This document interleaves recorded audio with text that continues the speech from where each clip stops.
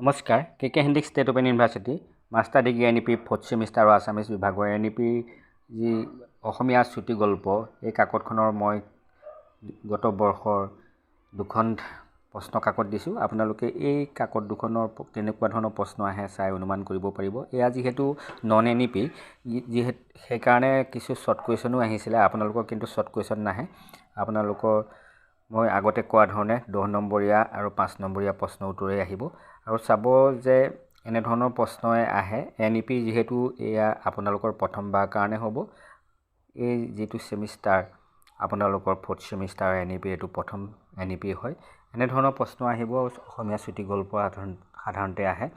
চুটি গল্পসমূহ আপোনালোকে কিতাপখনৰ যিকেইটা চুটি গল্প আছে সেইকেইটা আপোনালোকে অধ্যয়ন কৰিব। চুটি গল্পকেইটাৰ কাহিনীখিনি আপোনালোকে যদি ভালদৰে পঢ়ি লয় তেনেহ'লে তাৰ ওপৰত ভিত্তি কৰি আপোনালোকে বহু প্ৰশ্ন উত্তৰ আচলতে কৰিব পৰা যায়।